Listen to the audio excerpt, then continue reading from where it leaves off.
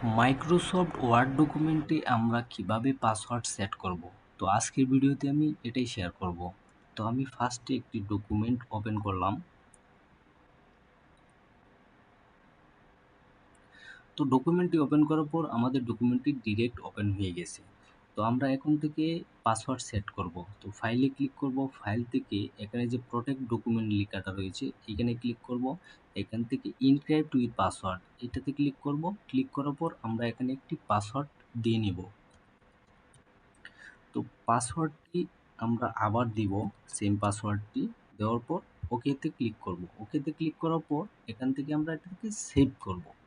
সেভে ক্লিক করার পর আমরা এটাকে কেটে দিলাম। কেটে দেওয়ার পর আমরা এই ডকুমেন্টটি আবার ওপেন করতে চাইছি।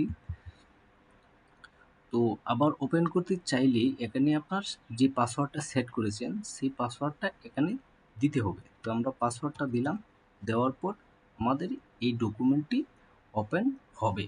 তো আমরা যে কোনো ওয়ার্ড ডকুমেন্টে এইভাবে পাসওয়ার্ড সেট করে আমরা সেভ করে রাখতে পারি। তো ধন্যবাদ সবাইকে, আজকের ভিডিও এ পর্যন্তই।